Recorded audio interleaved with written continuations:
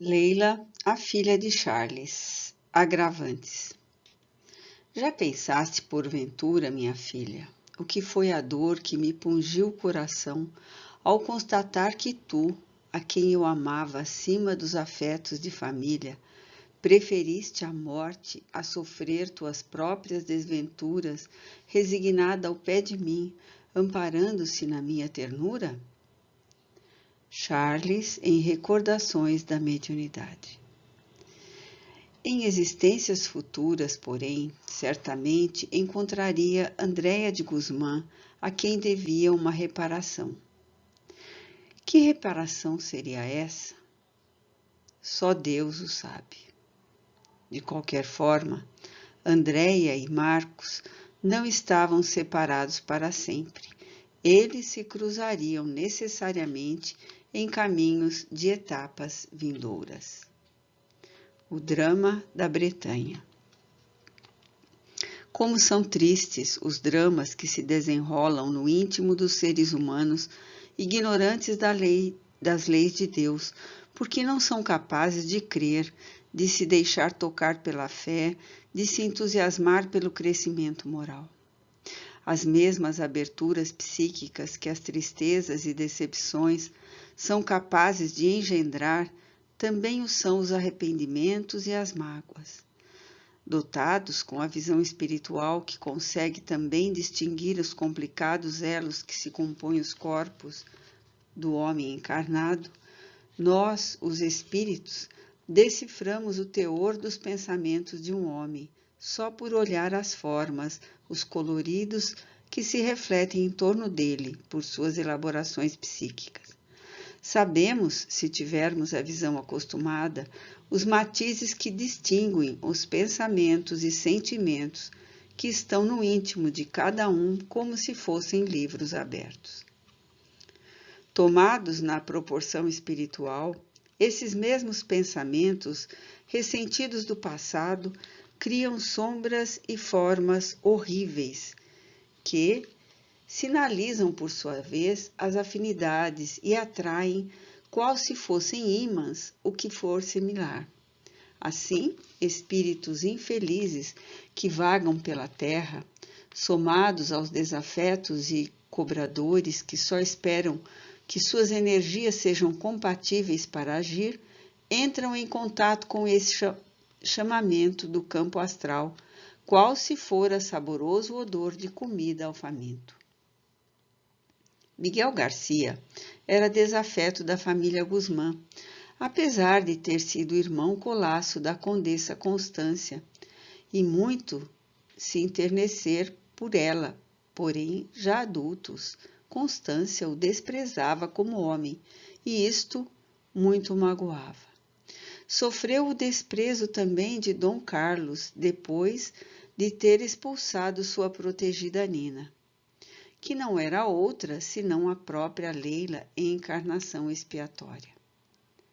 Do palácio de Montalbán, enquanto o amo não estava, quando Dom Ramiro soube do ocorrido, expulsou-o por sua vez, gerando no antigo criado muita revolta e ódio. Após a desencarnação, Miguel Garcia vagou às escuras entre viciações e rebeldias. Ignorante da lei de Deus, continuou vagando, até que se lembrou da família Guzmán e buscou vingança. Como Dom Carlos era vigilante e orava todos os dias, o espírito mau não achou acesso em seu coração. Mas, ultimamente atraído pelas baixas vibrações de sofrimento que pairavam ao redor de Leila, tinha reconhecido Nina, a bailadeira de outrora, recebendo toda a regalia e atenção do fidalgo. Em sua visão limitada, reconhecia apenas a mendiga tísica, sem saber que Leila renascera naquele lar amparada pela misericórdia divina. Eu o via, mas ele não me distinguia, tão longe estava em sua angústia e miséria, querendo vingar-se daquela que, em seu entender limitado, ainda desfrutava das facilidades da vida no palácio, sem o merecer, pois, em seu ver, era Nina, a plebeia e doente, merecendo viver longe dali, nos locais mais pobres da cidade, de onde não deveria ter saído. Tentávamos em vão retirar os véus da ilusão que Miguel criara sobre si mesmo, mas não conseguíamos muito sucesso, porque ele sentia muito ódio pela família de Guzmán. Por outro lado, Leila não conseguia crer, não tinha fé, não sabia orar, por mais elevadas e amorosas fossem as lições que Dom Carlos tentava deixar. Naqueles momentos de dor, sabia apenas lamentar em nome do que se arrependia, chamando pelos mortos queridos. Para o agravo de sua situação, vale lembrar que a mediunidade era conquista de seu espírito havia centenas de anos, pois Ruth Carolina conversava com a defunta Otília, que a obsediava. Berthe de Somerville sofria o assédio de Henri, que se suicidara por ela, e Andréia era dócil a meus conselhos na vingança empedernida que empreendi. A jovem viúva chamava pelo marido nos aposentos onde vivera momentos inesquecíveis de amor. Chamava pela filha nos salões e corredores do palácio de Guzmán. Nunca mais tocara o melancólico piano.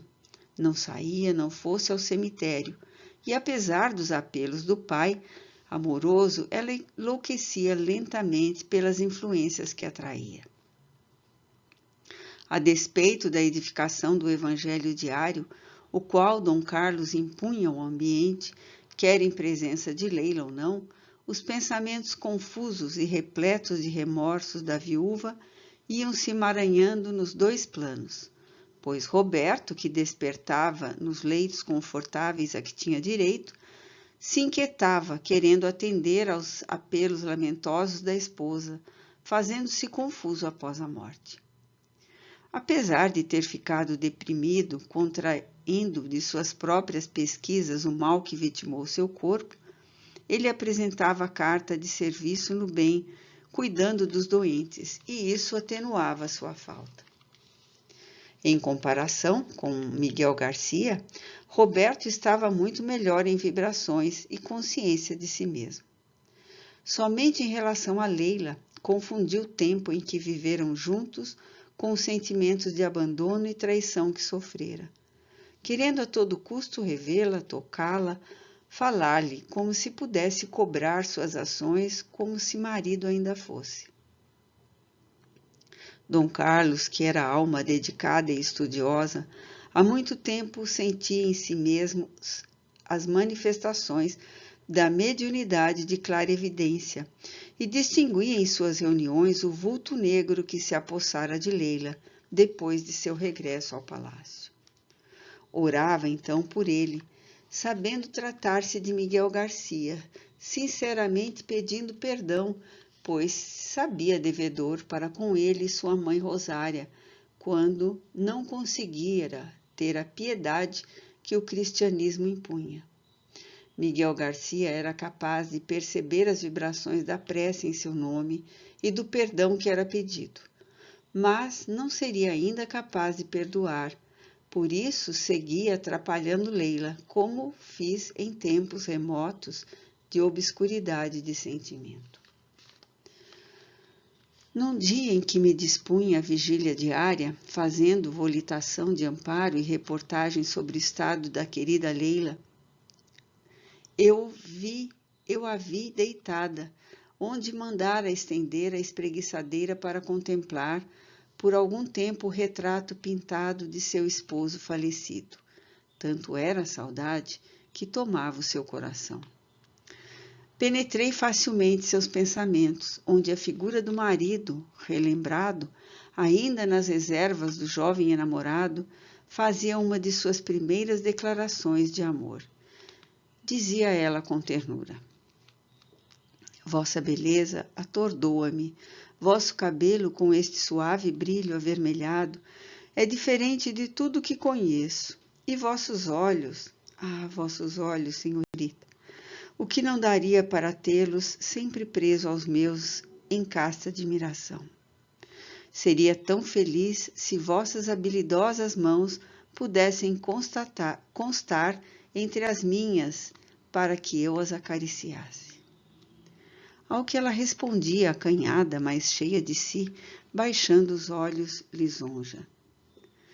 São exageros vossos, senhor Visconde, mas ponho meus talentos a vosso serviço, uma vez que somos noivos e em breve seremos esposos. Tende paciência, esperai, ela dizia em suas lembranças, por mera formalidade, já que sua intenção era a mesma do noivo. Como queria adiantar o relógio para tomar-vos em meus braços agora mesmo. Perdoai se vos assusto com a minha impetuosidade.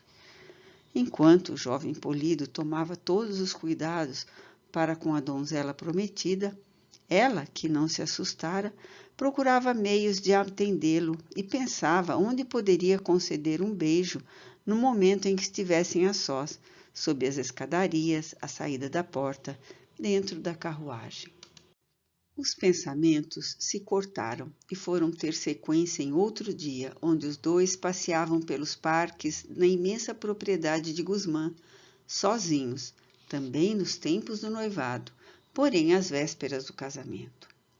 As mãos entrelaçadas e o sorriso nos lábios caracterizavam o estado de felicidade que os acompanhava. Minha querida Leila, agora que estamos a sós, permitas que nos tratemos pelo nome de batismo. É bom que se quebrem um pouco essas barreiras da deferência entre nós. Estaremos unidos em pouco mais de um mês. Como queira, senhor, digo Roberto. Lembro-me de outro dia quando conversávamos e não tinhas paciência para esperar o momento em que estivéssemos sozinhos. Ela olhou com um sorriso nos lábios, mostrando a faceirice característica da juventude, como quem o convidava a beijá-la. Na verdade, eu queria a oportunidade para reafirmar o meu amor e saber o que tu sentes em relação a mim, querida. Dizendo isso, ele a tomou nos braços, apertando-lhe a cintura, impelido pelo amor que sentia, e continuou. Dize que tu me amas. Amo-te. Descobri este sentimento dentro do meu peito quando pensava em ti, e sei que é verdadeiro pelo muito que me sinto feliz junto a ti. Ele aproximou o rosto lentamente e os seus lábios se uniram naquele que foi o primeiro beijo apaixonado, sob o frondoso carvalho, enquanto ao longe pássaros cantavam anunciando o final da manhã. Roberto entregava toda a sua alma naquele primeiro beijo, e Leila aprendia a controlar a estranha aversão que sentia às vezes pelo namorado. A imagem mental de Leila era tão perfeita que eu podia ver os dois naquele dia em que foram felizes, desfrutando o amor nascente em seus corações, como reflexo dos esposos que foram no passado. Assustado, percebi que o vulto de Roberto se aproximara atraído por essas lembranças e se fazia presente, também enternecido pelo amor que sentia. Mas, como não se podia tocar mais, ele se constrangia confuso no que estaria acontecendo a si mesmo diante da mulher amada, podendo apenas vê-la chorar e ter lembranças de outros tempos que lhe foram felizes. Leila passou a cochilar levemente e desprendeu-se em emancipação, vivenciando a companhia do marido. Adentrei os sonhos da bela encarnada para socorrê-la e afastar Roberto em regresso às câmaras de repouso, separando-os para que não se atrapalhassem ainda mais nas teias do passado, sempre confundindo o presente. Ele, que era dócil e obediente, aquecia facilmente, deixando-se reconduzir ao sono reparador. E ela, assustada, criara a ilusão de que um justiceiro não permitia que ela se aproximasse de Roberto, nas impressões vagas de seu sonho. Roberto não estava bem, por isso não seria bom que os dois se encontrassem, ainda que em uma rápida visita. Os pensamentos de tristeza da senhora de Canalejas acabaram por confundi-lo ainda mais. As crises de Leila eram compensadas à noite quando Dom Carlos regressava do hospital para confortá-la com suas leituras e orações. A casa ficava iluminada e a jovem viúva se esquecia por algumas horas das horríveis circunstâncias que a envolviam, cedendo ao amor devotado daquele pai que a queria feliz apesar de tudo. Ela se rendia cordata aos cuidados dele, de pai e de médico. Dom Ramiro era a única pessoa capaz de vê-la como ela era realmente, com suas dores e mazelas, compreendendo e, acima de tudo, perdoando. Leila conhecia o coração bondoso de seu pai, prezava sua atenção para com os necessitados e tinha certeza de que ele a perdoava. Por isso, se sentia reconfortada ao lado dele. Mas, quando ele ia ao hospital, ao trabalho, inadiável pela manhã, ela se sentia muito só e voltava aos questionamentos íntimos, às cobranças e às mágoas. Acordava tarde, meio perdida, e vagava pelo castelo, procurando distrair-se das tristezas em que vivia. Com as leituras recomendadas pelo pai, não a atraíam como passatempo, ela buscava na biblioteca alguns clássicos. Por essa época, leu Ana Karenina e se comoveu com o drama a ponto de se deixar influenciar pelas atitudes da personagem principal. Em sua vida ainda mais tediosa que antes e cheia de sofrimento pela lembrança da felicidade que tivera, a doce e linda artista, primorosa e altiva, quedara moralmente pelo abatimento e depressão. Num ato de revolta íntima, Leila desprezou as lições que recebera sobre o Evangelho de Jesus e se tornou então materialista, ou antes, sempre fora. Sua mente confusa passou a alimentar o suicídio como solução para seus problemas. Inspirada na personagem famosa de Tolstói, que também abandonou a família por uma aventura amorosa e também sentiu muito remorso pelo que fez, arruinando-se psicologicamente até que se entregou ao suicídio. Leila ouvia os apelos do pai com um eco longínquo, mas muito pouco daquilo tocava seu coração. Eram vazias para ela as ilibadas palavras dele, repetindo a mensagem sublime do Cristo. Atendia mais às sugestões da literatura que às suaves exortações evangélicas. Miguel Garcia a inspirava agora, e ela era muito dócil a seus conselhos, acatando-os como se fossem ideias próprias, porque não vigiava e, rebelde, não orava. Bastava uma palavra dele, do obsessor, para criar o cenário propício ao desespero da jovem filha de Dom Carlos.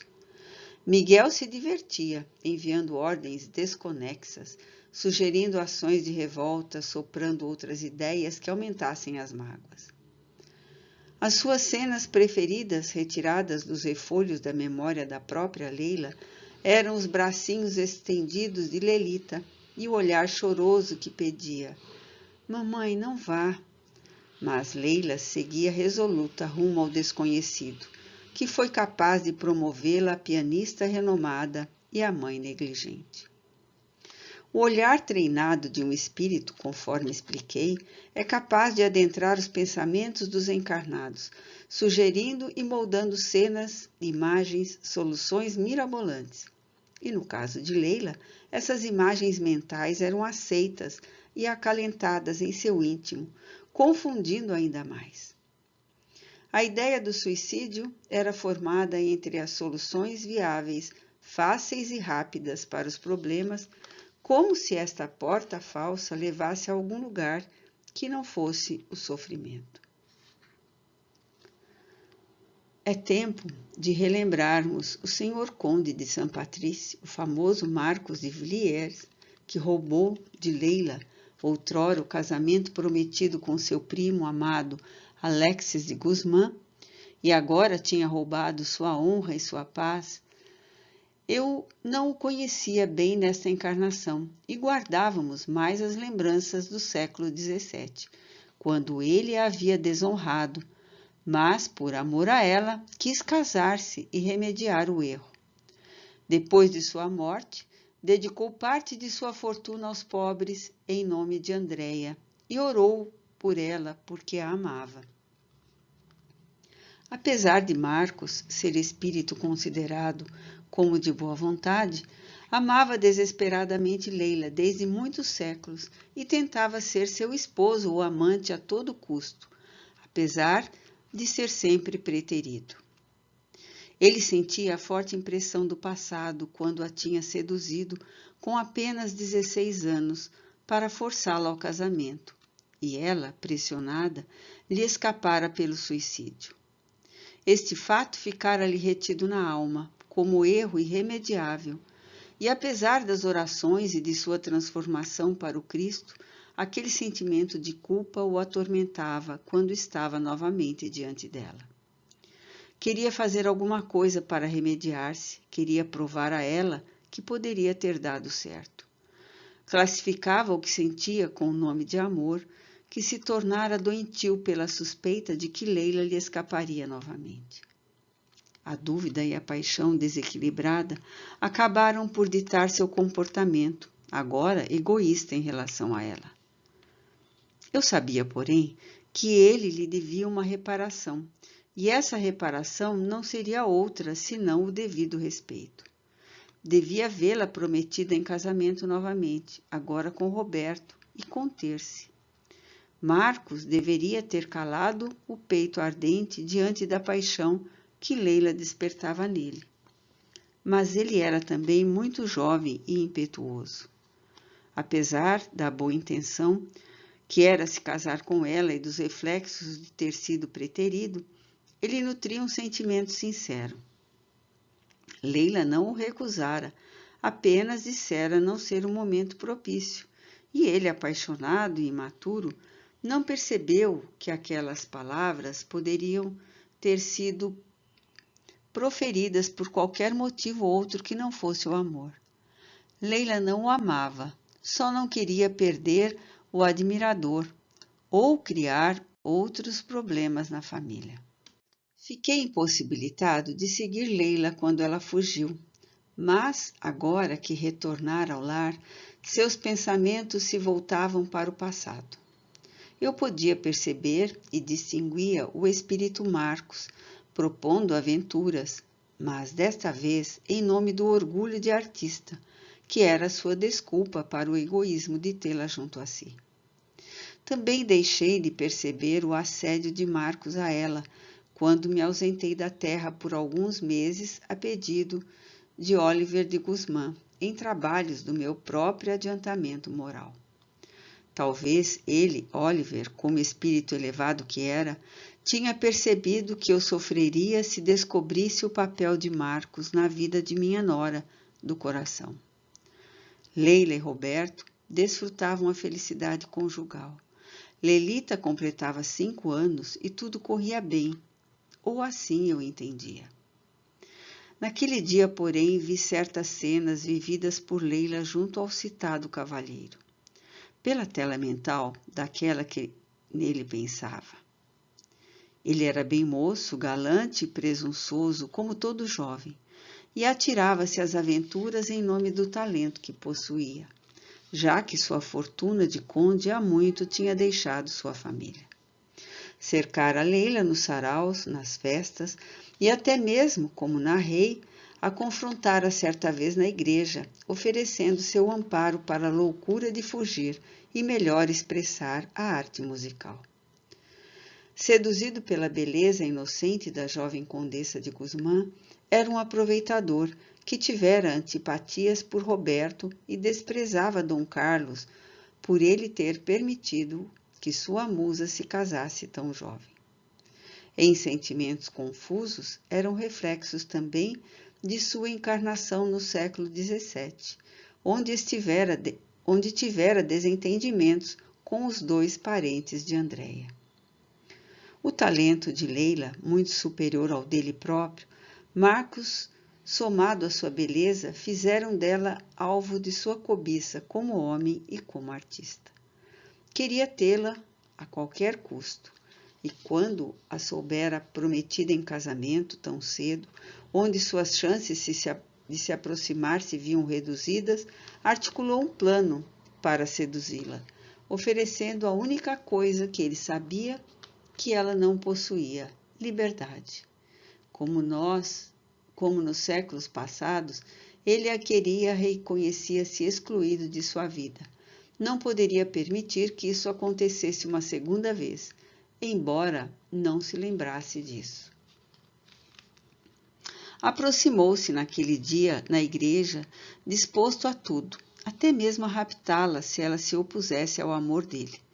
Mas, como Leila se mostrou vítima da vontade do pai e concordou em ceder aos caprichos dele quando disse: "Quem sabe nos encontramos no futuro sob outras condições?", encheu-se de esperanças que ela pudesse amá-lo e viesse a ele por livre escolha.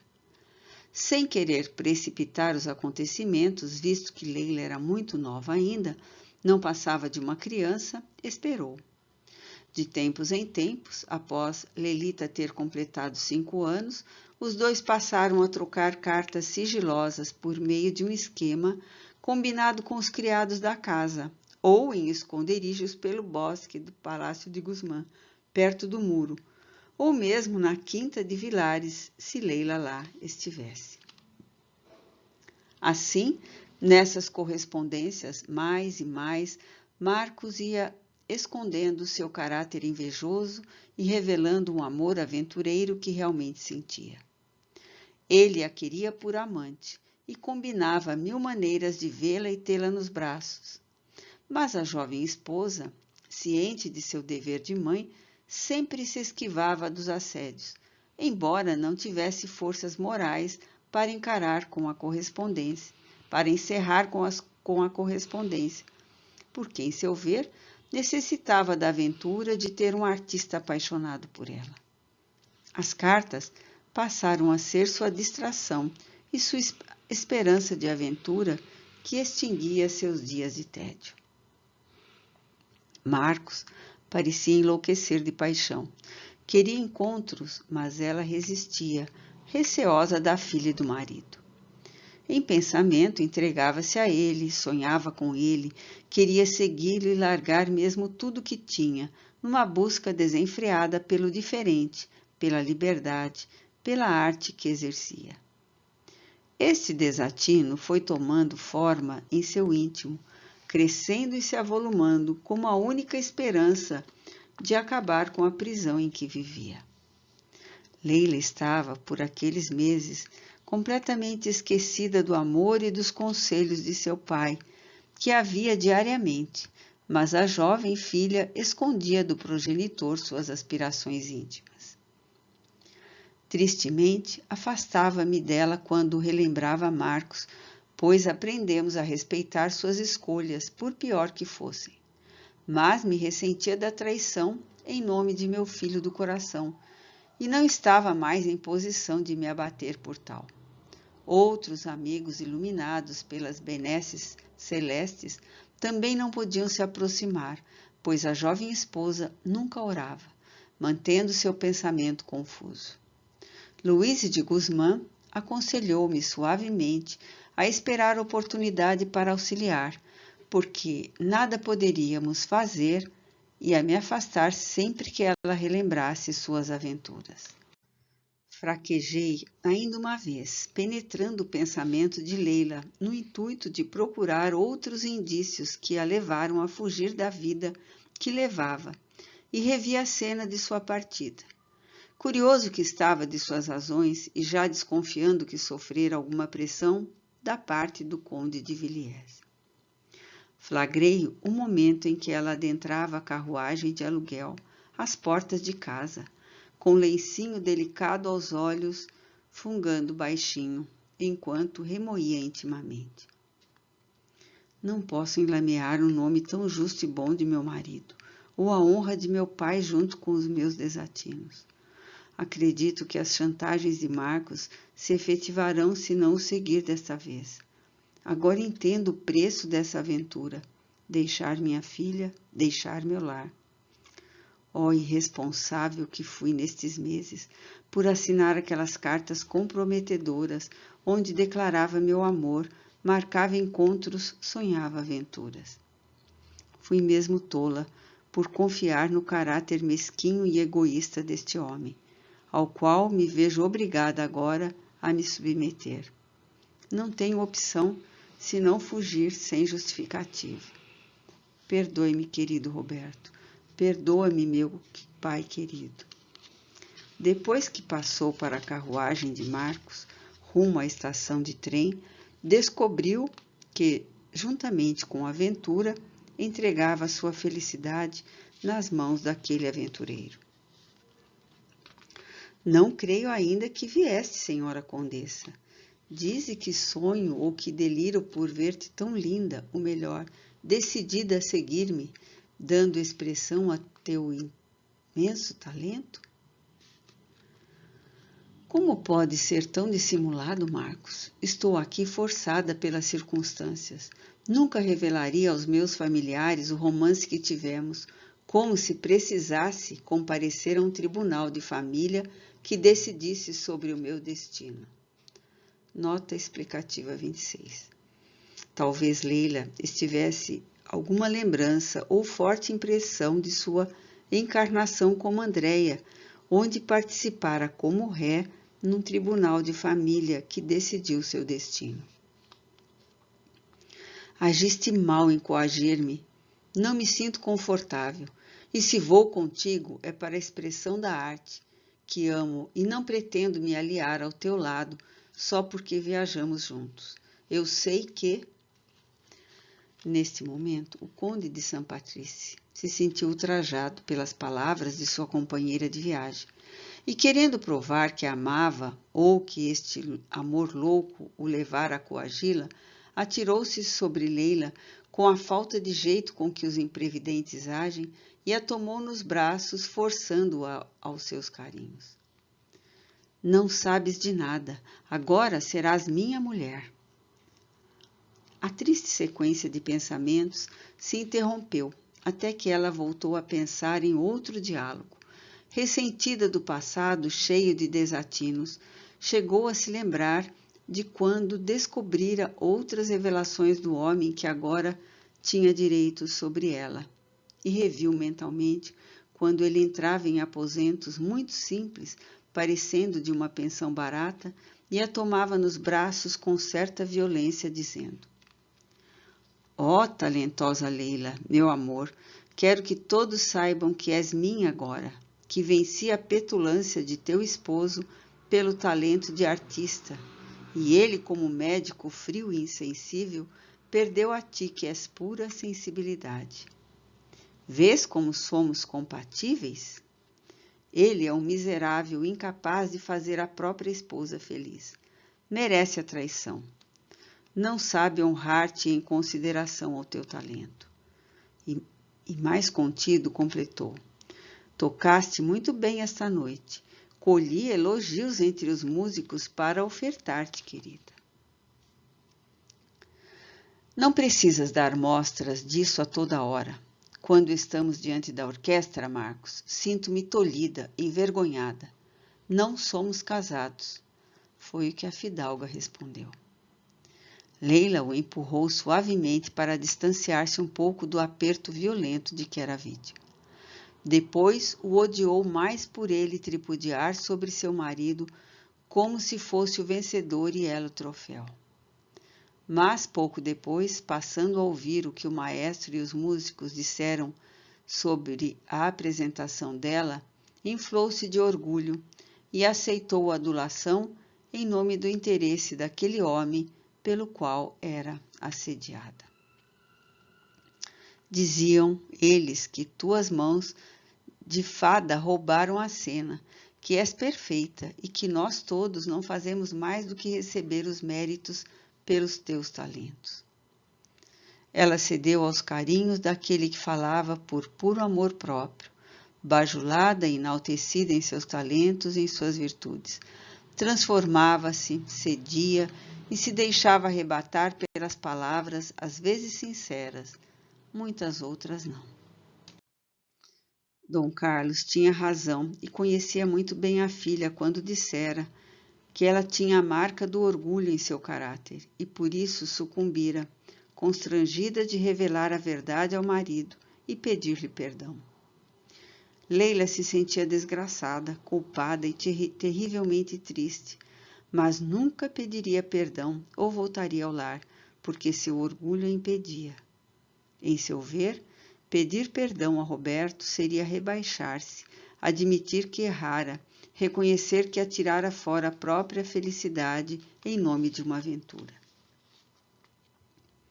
Voltando ao momento presente, as lembranças se dissiparam, porque Dom Carlos Ramiro chegava e a chamava para seu regaço, para o seu carinho.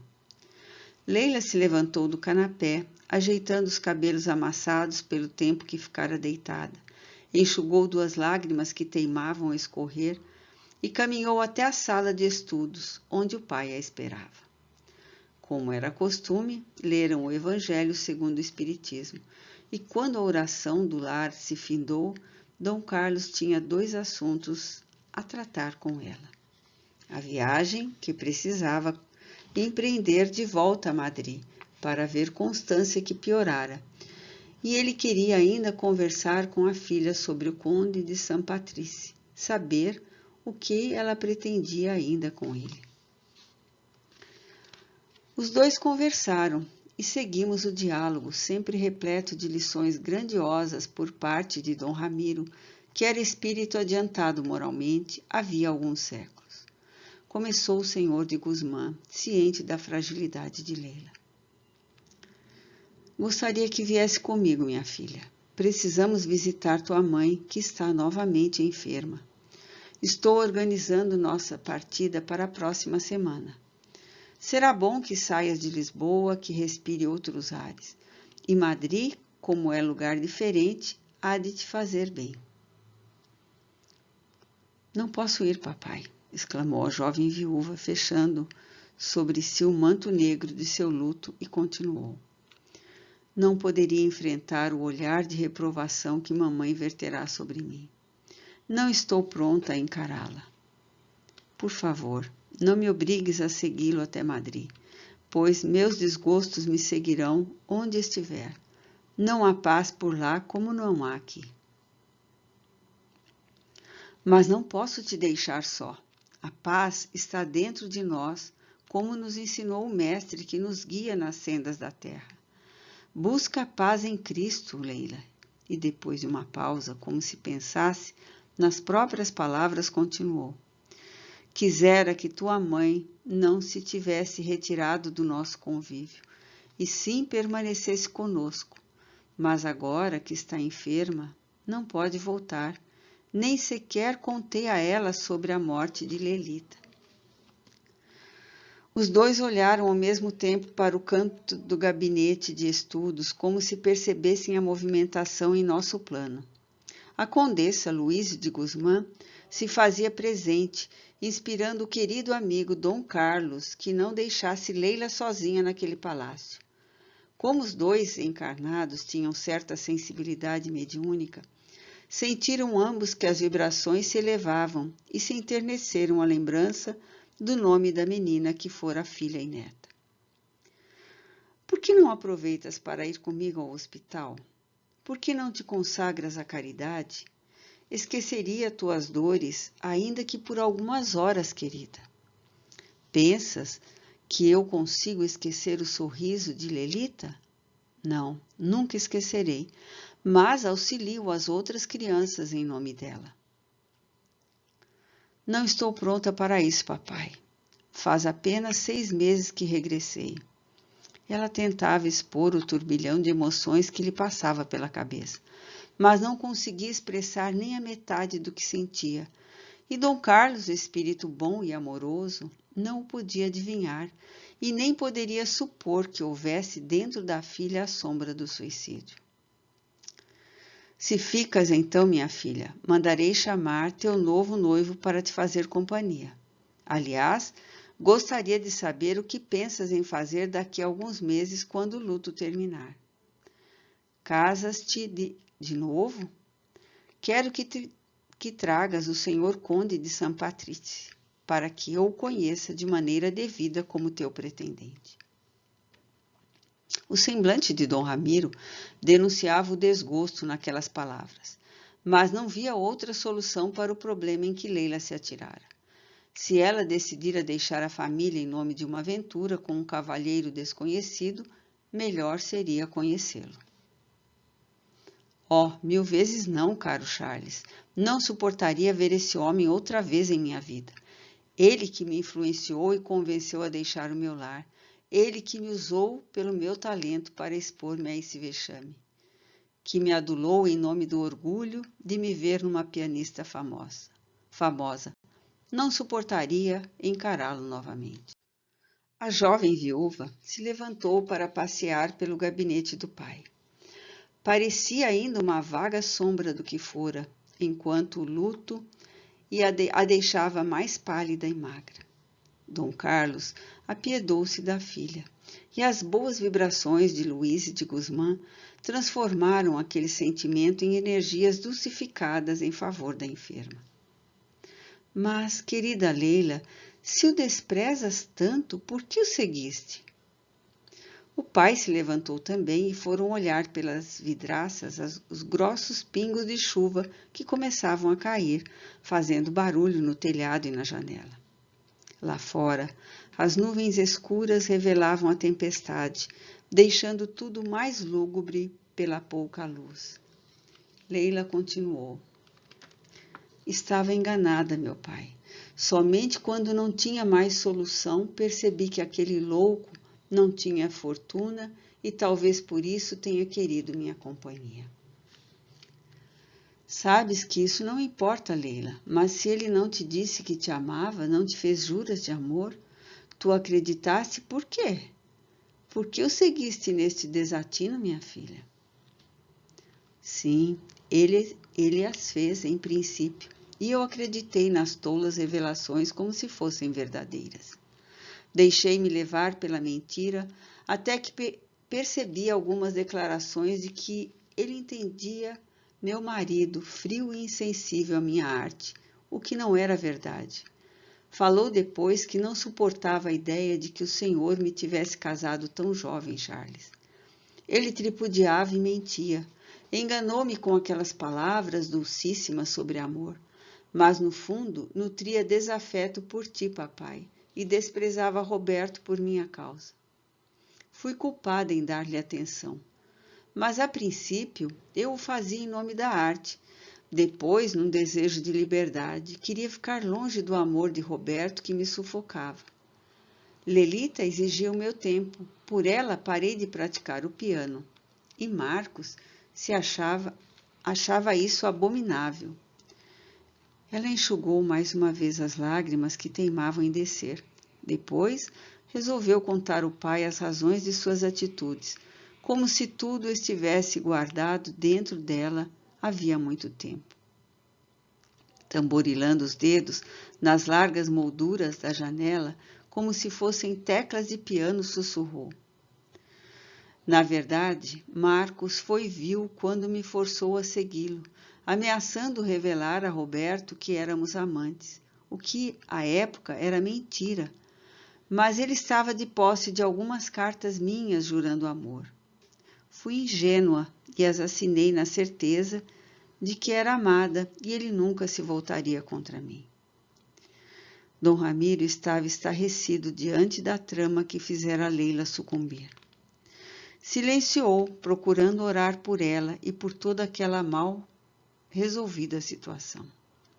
Pensava em como a filha fora ingênua em se deixar envolver em nome da arte e da liberdade, quando tinha assumido compromissos com o casamento. Se ela tivesse aberto seu coração a ele, seu pai, poderia ter dado conselhos, poderia ter procurado por Marcos e tomado satisfações em seu nome. Quem sabe a presença masculina não o faria desistir daquelas ideias confusas que incluíam uma senhora casada? Poderia ter cobrado o respeito que ele devia à sua casa e ao seu nome.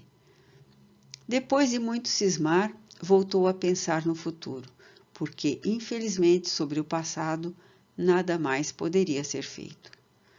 E olhou para a filha, sentada sobre a magnífica poltrona de balanço que mandara fazer para embalá-la quando pequena, e percebeu a amargura que a envolvia.